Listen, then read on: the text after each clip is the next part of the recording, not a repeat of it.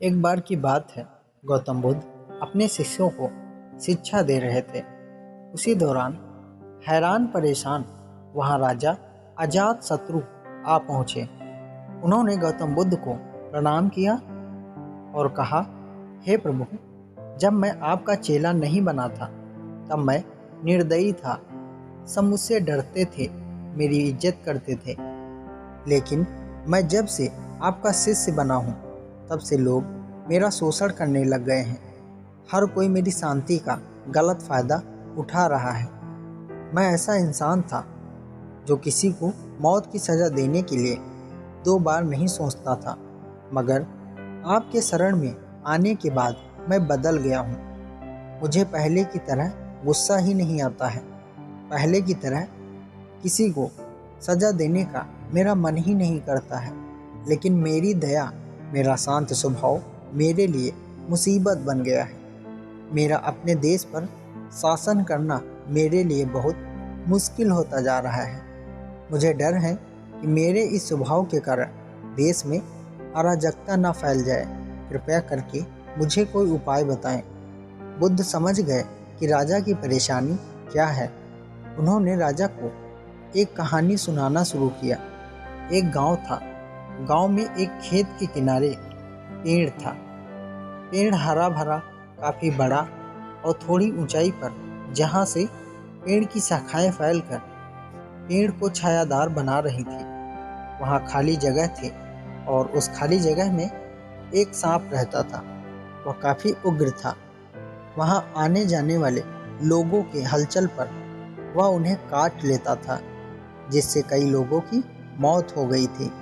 लोगों ने डर से पेड़ के पास आना जाना बंद कर दिया था। एक दिन वहां से एक साधु गुजर रहे थे। उन्होंने इस खूबसूरत पेड़ को देखा। उन्होंने सोचा, क्यों न आगे बढ़ने से पहले इसकी छाया में ध्यान लगाया जाए। साधु को उस पेड़ की तरफ जाता देख एक किसान ने उस सांप के बारे में चेतावनी दी, लेकिन साधु एक मुस्कान के साथ पेड़ की तरफ आगे बढ़ गए।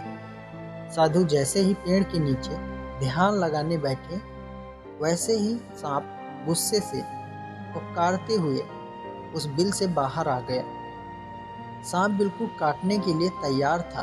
तभी साधु ने सांप की आंखों में देखकर मंत्र का जाप करना शुरू किया। मंत्र के जाप से सांप में बात करने की शक्ति आ गई। सांप ने कहा, यहाँ आने की किसी की हिम्मत नहीं होती। मनुष्य, क्या तुम नहीं जानते हो, यह मेरा इलाका है। साधु ने कहा, मुझे किसी चीज़ से डर नहीं लगता है। इसमें डरने की क्या बात है। मैं मौत से नहीं डरता। मैं जीने की इच्छा भी नहीं रखता हूँ। फिर भला मुझे तुमसे क्यों डरना चाहिए। बल्कि तुम जरूर डरते हो, इसलिए तुम लोगों को काटते हो। तुम्हें डर है कि लोग तुम्हें मार न दें। सांप हैरान था। वह कभी ऐसे इंसान से नहीं मिला था जिसे उससे डर नहीं लगता हो। उसकी मुलाकात जब भी किसी से हुई, लोग मौत के डर से उसे मारना चाहते थे या मौत के डर से उससे भागना चाहते थे। सांप साधु के पैरों से लिपट कर बोला, आप सच कह रहे हैं। आज तक मैंने जितने लोगों को काटा, उसका एक मकसद था कि मैं जिंदा रह सकूं। साधु ने करुणा भाव से कहा, तुम सच बोल रहे हो मेरे दोस्त, लेकिन यह मत भूलो, एक दिन जीवन खत्म हो जाएगा, जिसे एक दिन नष्ट ही हो जाना है। उसके लिए किसी की जान लेना उचित नहीं है। साधु की बातों का सांप के ऊपर बहुत बड़ा प्रभाव पड़ा। उसने तय किया कि अब वह किसी को नहीं काटेगा। लेकिन जब सांप ने लोगों को काटना बंद कर दिया, तब इसका परिणाम उल्टा ही निकला। अब लोग उसके साथ खिलवाड़ करने लगे, उसे चोट पहुंचाने लगे, जिससे सांप अक्सर चोटिल और घायल हो जाता था। इस समय वह अपने जीवन के सबसे कष्टकारी और कठिन समय से गुजर रहा था। एक दिन दोबारा से वह साधु उस गांव में आए और उस पेड़ के नीचे बैठने चले गए। वह उस सांप को देखकर हैरान रह गए। उन्होंने सांप से पूछा, तुम्हारी हालत इतनी दयनीय कैसी हो गई? तब सांप ने जवाब दिया, मैं आपके बात से बहुत प्रभावित हुआ था। मैंने तय किया कि मैं किसी को नहीं काटूंगा। तब से लोगों ने मुझे चोट पहुंचाना शुरू कर दिया। साधु ने सांप से कहा, तुम मेरी बातों का गलत मतलब समझ बैठे।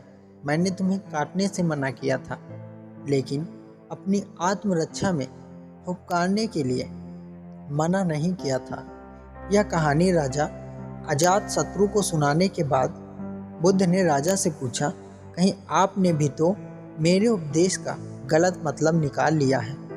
आप क्रूर स्वभाव का त्याग करो, लेकिन अपने कर्तव्य मत भूलो। अब बाहर से कठोर बनकर राजा का कर्तव्य पूरा करो, ताकि राज्य में सभी को आप अनुशासित रख सकें, किसी को असुरक्षा महसूस न हो। इसके लिए आप अंदर से साधु बने रहें। तो दोस्तों, इस कहानी से हमें यही सीख मिलती है, आप अच्छे बनो, लेकिन किसी को अपनी अच्छाई का फ़ायदा मत उठाने दो। उम्मीद करता हूँ ये कहानी आपको पसंद आई होगी। अगर ये कहानी आपको पसंद आई है तो वीडियो को लाइक करें और चैनल को सब्सक्राइब करके बेल आइकन को प्रेस कर लें, ताकि मैं जो भी वीडियो डालूं उसका नोटिफिकेशन आप तक सबसे पहले पहुंचे। आपने अपना कीमती समय दिया, इसके लिए आपका बहुत बहुत धन्यवाद।